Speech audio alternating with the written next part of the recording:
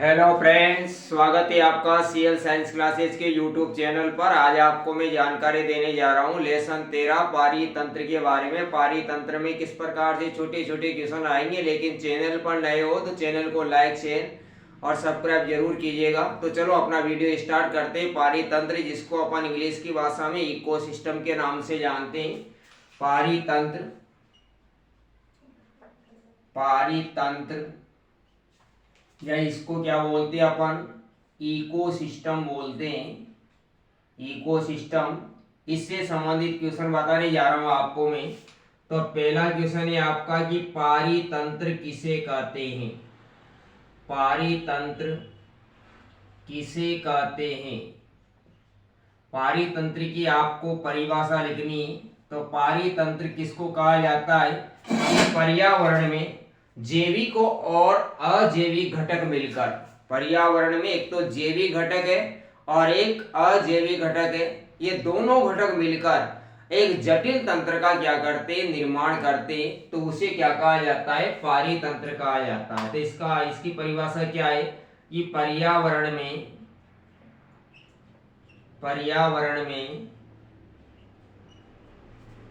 जैविक व अजैविक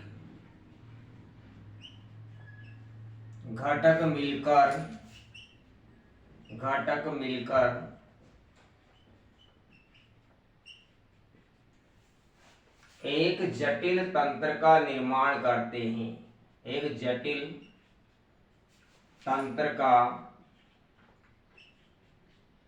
निर्माण करते हैं। एक जटिल तंत्र का निर्माण करते हैं। उसे पारीतंत्र कहते हैं, या इसको पारिस्थितिकी तंत्र भी कहा जाता है। पारीतंत्र को पर्यावरण में जैविक व अजैविक घटक मिलकर एक जटिल तंत्र बनाते हैं, जटिल तंत्र का निर्माण करते हैं। उस तंत्र को क्या कहा जाता है, पारीतंत्र कहा जाता है, इकोसिस्टम कहा जाता है। दूसरा क्वेश्चन है आपका उत्पादक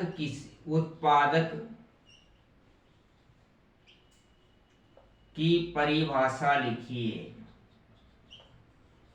उत्पादक की परिभाषा लिखिए। उत्पादक की आपको परिभाषा लिखनी है। तो उत्पादक किसे कहते हैं कि हरे पेड़ पौधे प्रकाश संश्लेषण क्रिया के द्वारा अपने भोजन का निर्माण स्वयं करते हैं, तो उन्हें क्या कहा जाता है, उत्पादक कहा जाता है। तो हरे पेड़ पौधे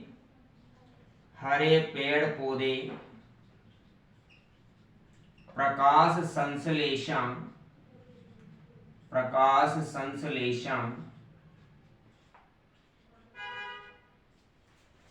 की क्रिया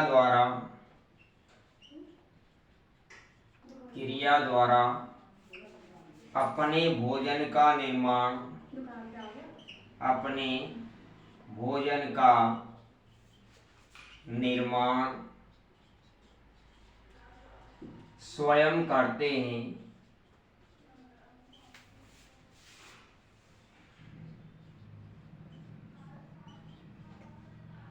उन्हें उत्पादक कहते हैं। उन्हें क्या कहते हैं, उत्पादक कहते हैं।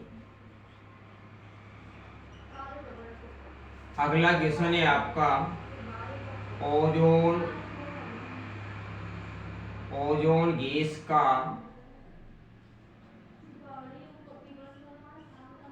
सूत्र लिखिए। ओजोन गैस का क्या लिखना है, आपको सूत्र लिखना है। तो ओजोन गैस का सूत्र क्या होता है, O3, अर्थात इसमें ऑक्सीजन की कितने परमाणु होते हैं, 3 परमाणु होते हैं ओजोन गैस। चौथा क्वेश्चन है आपका अपघटक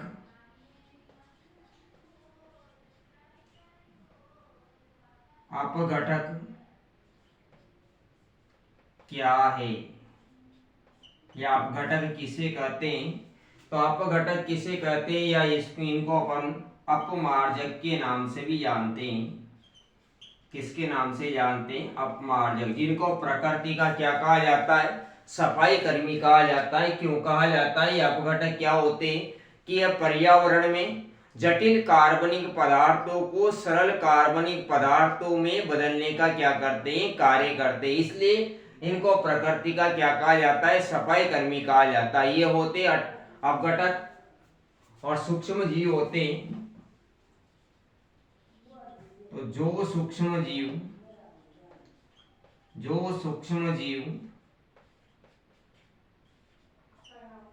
पर्यावरण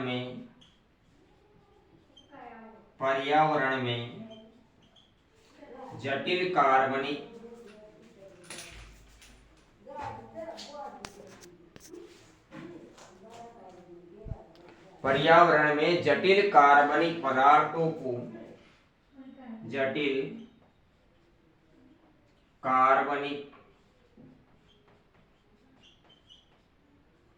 पदार्थों को सरल कार्बनिक पदार्थों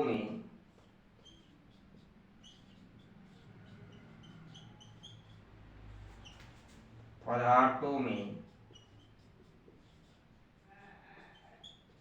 बदल देते हैं उन्हें अपघटक कहते हैं। उन्हें क्या कहा जाता है? अपघटक कहते हैं।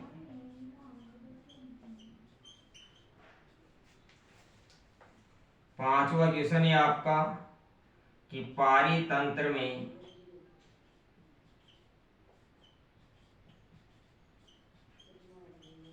ऊर्जा का प्रवाह कैसा होता है? पारितंत्र में ऊर्जा का प्रवाह कैसा होता है? तो पारितंत्र में ऊर्जा का प्रवाह एक दिशीय होता है। एक ही दिशा में होता है, एक दिशीय होता है। पारितंत्र में ऊर्जा का प्रवाह कैसा होता है? एक दिशीय होता है। एक बार और समझ लीजिए आप इनको कि पारितंत्र किसको कहा जाता है? कि पर्यावरण में जैविक व अजैविक घटक मिलकर एक जटिल तंत्र का निर्माण करते, उस तंत्र को क्या कहा जाता है? पारितंत्र कहा जाता है।